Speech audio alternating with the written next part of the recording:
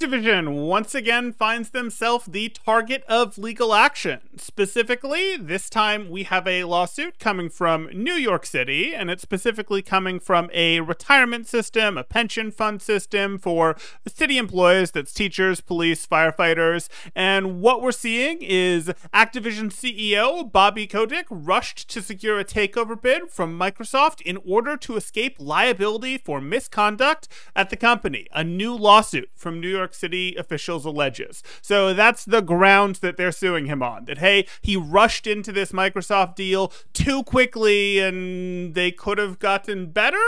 Given that this was approved by 98% of shareholders, that this was approved at, that they liked this price, I think that's going to be a little hard to stick, but let's see what we're looking at here.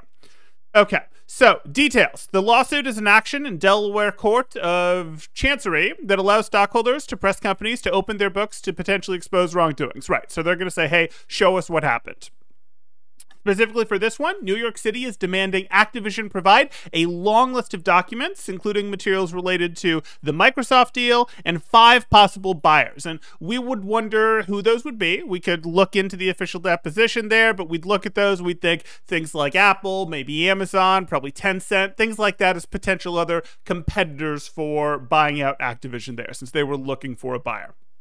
The city has been pressing Activision for internal documents since the fall, originally to find out what CEO Bob knew of sexual misconduct at the company. That they've obviously been in lots of other legal trouble over that. And as laid out in the complaint, New York sought access to Activision's books as a pretext to sue Kotick and board members for allegedly costing the company value, which, you know, they lost value. Yes, for sure, the company lost value as a result of all these lawsuits, as a result of things that happened on Bobby's watch there. It expresses frustration that Kotick, already under fire, headed up rapid negotiations in late 2021 to sell to Microsoft. So the thing about this is this lawsuit isn't, hey, Bobby, you did something bad, we're going to wag your finger at you. This isn't the state of New York or the city of New York selling or suing him because you did bad thing about this sexual misconduct stuff, or you need to personally be gone after. This is a, you did wrong by your stockholders, the retirement funds, by selling this company that was in the water, and it may have been, you know, down in the dumps as a result of your action, but was in the water. You did wrong by finding someone to sell it to, and it was sold at a price, and a price that most people would have said, hey, that's a pretty good price for a company tied up in this swamp, we'll effectively say. So it's a little bit weird to see this. Like, again, if people wanted to go after, oh, criminally he did this, etc., okay, you might have a case there, but this is supposed to be the shareholders that are being represented by this lawsuit, so this seems a little bit weird to me, but maybe they'll give us more. What they're saying: given Kotick's personal responsibility and liability for Activision's broken workplace, it should have been clear to the board that he was unfit to negotiate sale of the company, the suit said, but it wasn't. Yeah, the board was very content to leave him in charge. People weren't happy that the board was content to leave him in charge, but leave him in charge they definitely did, and did pretty overwhelmingly. It also says Microsoft's $95 per share offer undervalues the company, which was trading at close to that before Activision's public scandals began last year. Which is true, but the problem is that's like saying, hey, this car would sell for X if it didn't have all of these dings. But it does have these dings. Like, I get that there's a desire to make Bobby Kotick pay for this. I totally do. But that seems like it should be a, hey, we're going after you for these things, not a, we're doing this on behalf of the shareholders, when, no, the shareholders, again, were very happy to see this sale at this price and to get him out of there. So this, I mean, you know, obviously they don't have control anymore. Microsoft buys them out, that sort of thing. So this just seems like a weird thing.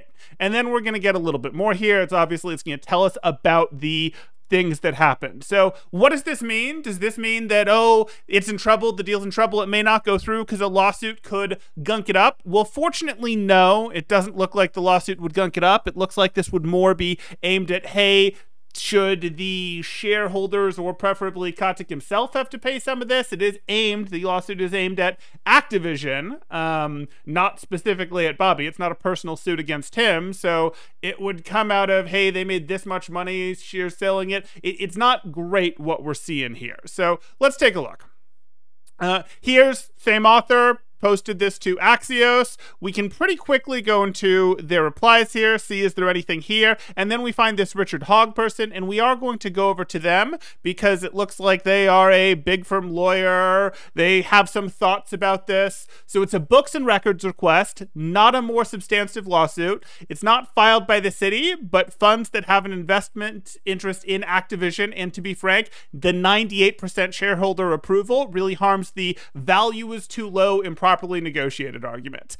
And I'd back this take. I look at this one and go, this looks like a misuse of funds, honestly, by the retirement fund, by the managed retirement fund to go after them. This really seems like a, yes, absolutely, Bobby put them in bad shape.